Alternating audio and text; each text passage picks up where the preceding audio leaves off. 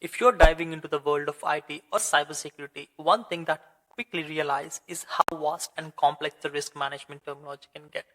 Today, we are going to break down some of the most essential terms you'll need to understand to protect your organizations from potential threats. So let's get started. First up, asset.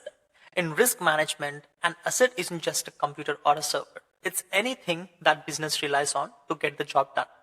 Whether it's a person, a physical object, or even an intangible thing like data and intellectual property. Anything that used in a business process is considered as an asset. Next, we have asset valuation.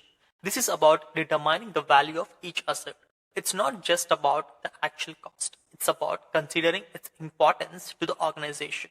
For example, how critical is it to your business process?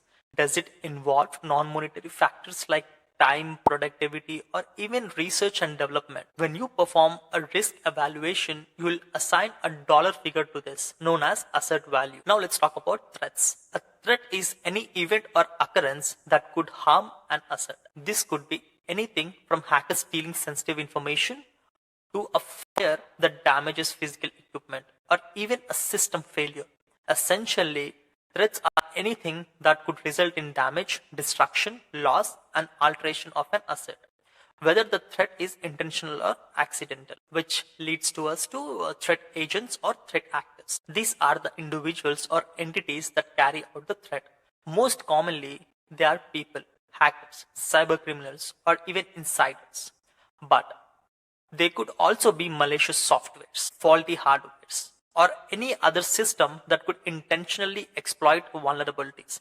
Think of them as attackers or adversaries trying to cause harm. Now, threat events are specific incidents where threat occurs. This can be accidental like power outage or human error, or intentional like cyber attack. Threat events can also be natural like flood or earthquake, or man-made such as system failure. Either way, these events can cause significant damage. Then there is concept of threat vector. A threat vector is a path that a threat agent takes to access an asset and cause harm. It could be something like email phishing, a malicious website, physical breach of your office, or even vulnerabilities in the cloud. In essence, it's how an attack gets in. Speaking about getting in, let's talk about vulnerabilities. A vulnerability is any weakness in an asset or security measure that makes it susceptible to being exploited by the threat. It could be flaw in the software, a lack of employee training, or even an overlooked security protocol. If there's a vulnerability, a threat agent might find a way to get in. Then we have exposure. This term refers to the possibility that vulnerability could be exploited by the threat. It's important to understand that exposure doesn't mean harm is happening right now. Just that there is a risk that it could happen at any moment. That brings us to the risk. Risk is the combination of two things: how likely it is that a threat will exploit a vulnerability, and how severe the damage could be if threat happens. In simple terms, it's the likelihood harm times the severity of that harm.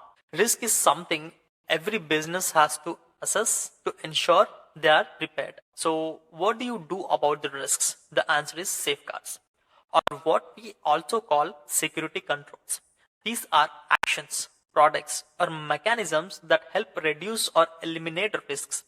A safeguard could be anything from installing a firewall to reconfiguring existing system. The goal is to mitigate the risk by addressing vulnerabilities or blocking threats. Now let's talk about attacks. An attack is actual exploitation of the vulnerability by the threat agent with the intent to cause harm.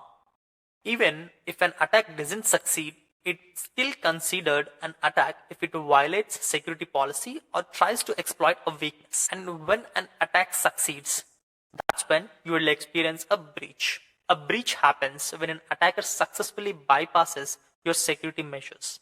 This is the worst case scenario where sensitive data or assets are compromised. Finally, we have hazard.